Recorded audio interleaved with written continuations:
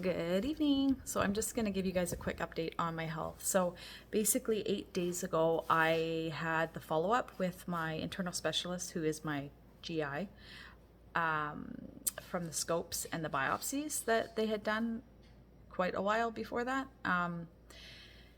So basically, she took my case to Victoria, to a team of surgeons, and the surgeons said, what we expected them to say was that they don't want to do surgery on me until the liver is dealt with, because there's the back pressure, the portal pressure, that reroutes the blood up through my, because the small vessels in my liver are damaged. It's rerouting the blood up through my gastric and esophagus, so esophageal and gastric varices. They don't want those to burst during a surgery and have an internal hemorrhaging problem. So they want that TIPS procedure, the shunt put into my liver that is a bypass they're going to bypass the minimal amount of blood they can from my liver to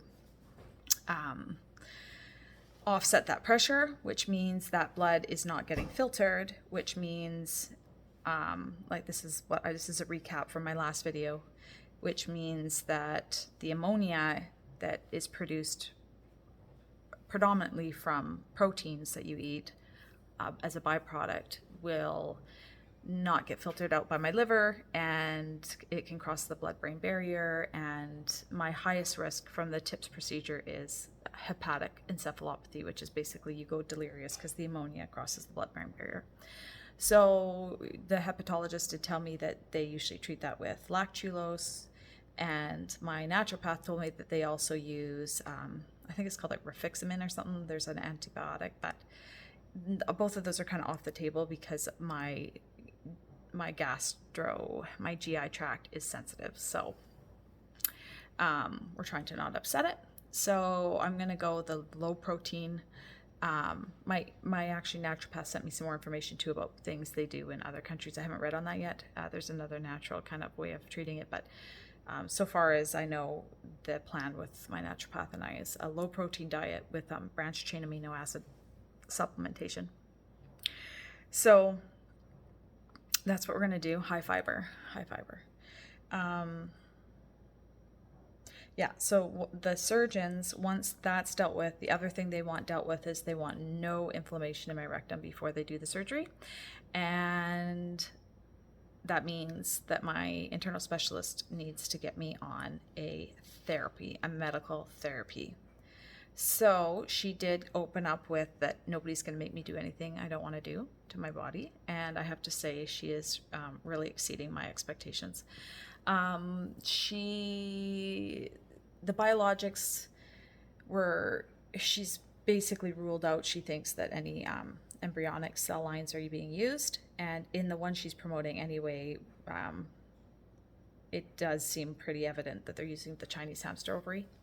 But she's going to go back to the manufacturers and see if they can supply me with exactly the processes they use, so I can read about that, even though I think I have a pretty good idea of it. And then the other thing is maybe if she can find a manufacturer that will accommodate people who are kosher, because even though I am not an adherent of Judaism, I am an adherent of the clean laws of the Bible. So maybe you'd think that of all the Jewish people, they do accommodate kosher. So she's looking into that, which is amazing.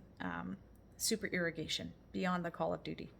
So that's what I'm waiting on. And once I have that kind of like a backup plan in mind, what therapy I'm going to use, then I'm going to do my last ditch effort of home remedies, which will be a self-induced fecal matter transplant on my own self. I'll be taking it from my colon and putting it in my rectum and seeing if it goes away like that.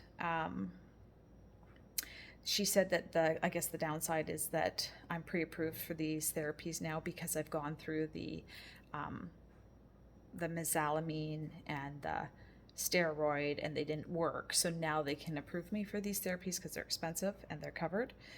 But after the surgery, if I use fecal matter and things go sideways, I have to go back through those steps. You're kind of back in a waiting game. But the reality is I'd rather go through those steps because I'd always rather try a lesser means first. So that's kind of that. And at this point, the problem is that we found the JAK inhibitor, which is a clean source in that it doesn't use any live cell lines in the production, but it's less targeted, so it has a greater cascade effect on my immune system. Like, it affects much more of my immune system. And so I think the biggest things is that when they had the first JAK inhibitor came out, I think it was like tosofinab or something, tocilizumab, or I can't remember what it was called, but it was known to cause blood clotting, which I'm predisposed to in the situation I'm in. Like, I'm a higher risk for that. So she said the doctors really freaked out about that. But this particular one, because there are, like, my understanding is there's basically 4 categories of JAK inhibitors, like inside us, 4 different Janus kinase areas they can target. So I'm not sure, the Rinvoq is obviously more targeted, and they haven't had, like, I did find online it can cause blood clots, but it's not like known for doing that. And it's been pretty widely used, even though it's new to Canada. So it is, like, it's a lot newer than the biologics, but yeah, so that's probably maybe the biggest concern. And also, if you were to get pregnant, they know it's pretty damaging to a fetus, which is Latin for offspring. And yeah, and then the other thing is she just said that she recommends to everybody to take a shingles vaccine, which I was talking to a friend, and she said, well, if you had chickenpox, then you should be immune. But I talked to my GP, my doctor, and he said, no, it's the opposite. If you've had chickenpox, you're the person that's predispositioned for it. But after looking up how they made that, the information I found says that they're still splitting the cell lines off of the original, like heritage brew, which was a male fetal lung in the 60s.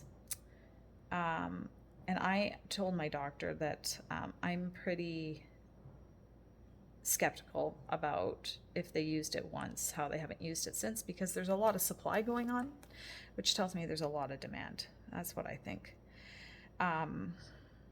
So yeah,